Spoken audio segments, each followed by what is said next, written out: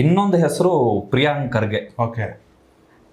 AICC ಅಧ್ಯಕ್ಷ, ಕಾಂಗ್ರೆಸ್ನ ರಾಷ್ಟ್ರೀಯ ಅಧ್ಯಕ್ಷರ ಮಗ, ಅವರ ಮಗ ಪ್ರಿಯಾಂಕ್ ಖರ್ಗೆ. ಇವರು ಕೂಡ ತುಂಬಾ ಅದೃಷ್ಟದ ಕೋಟ ಅಷ್ಟೇ, ಅದೃಷ್ಟದ ಕೋಟ.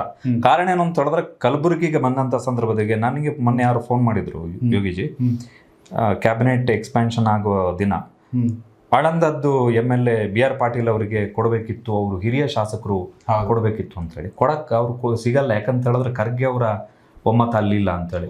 ಅಜಯ್ ಸಿಂಗ್ ನೋಡಿ, ತುಂಬಾ ದೀರ್ಘಾವಧಿಯ ಬಳಿಕ ಮಂತ್ರಿ ಆದಂತವ್ರು. ಬಟ್ ಪ್ರಿಯಾಂಕ್ ಖರ್ಗೆ ಒಂದು ಚುನಾವಣೆಯಲ್ಲಿ ಸೋತಿದ್ರು. ಸಿದ್ದರಾಮಯ್ಯನವರು ಮೊದಲ ಕ್ಯಾಬಿನೆಟ್ನಲ್ಲಿ, ಮೊದಲ ಸರ್ಕಾರದಲ್ಲಿ ಮಂತ್ರಿ ಆದ್ರು.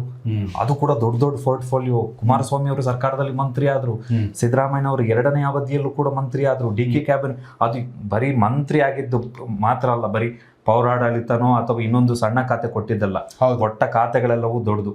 MB ಪಾಟೀಲ್ ಅವರಿಗೆ ITBT ಕೊಟ್ಟಿದ್ರು. ನಿಜ, ITBT ಕೊಟ್ಟಿದ್ರು. ಬೃಹತ್ ಕೈಗಾರಿಕೆ ಸಚಿವರ ಖಾತೆ ಜೊತೆಗೆ ITBTನೂ ಕೊಟ್ಟಿದ್ರು. ಆದ್ರೆ ಆ ITBT ಖಾತೆಯನ್ನ ಒತ್ತಡ ಹಾಕಿ ತನಗೆ ಉಳಿಸ್ಕೊಂಡ್ರು ಪ್ರಿಯಾಂಕ್ ಖರ್ಗೆ. ಸೊ ಈ ಇನ್ಫ್ಲುಯೆನ್ಷಿಯಲ್, ಈ ಪ್ರಭಾವಗಳು ಬೇರೆ ಶಾಸಕರಿಗಿಲ್ಲ. ಪಾಪ ಅವ್ರಿಗೆ ಮಂತ್ರಿ ಆಗೋದೇ ಕಷ್ಟ.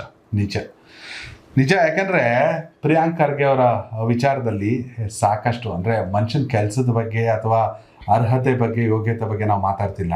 ಇನ್ನೂ ಅವಕಾಶ ತುಂಬ ಇದೆ ರೀ.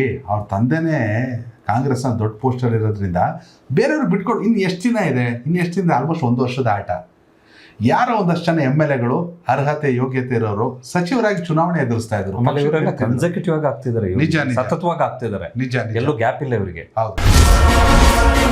ಕನೆಕ್ಟ್ ಕರ್ನಾಟಕ, ಇದು ನಿಮ್ಮ ನೆಟ್ವರ್ಕ್.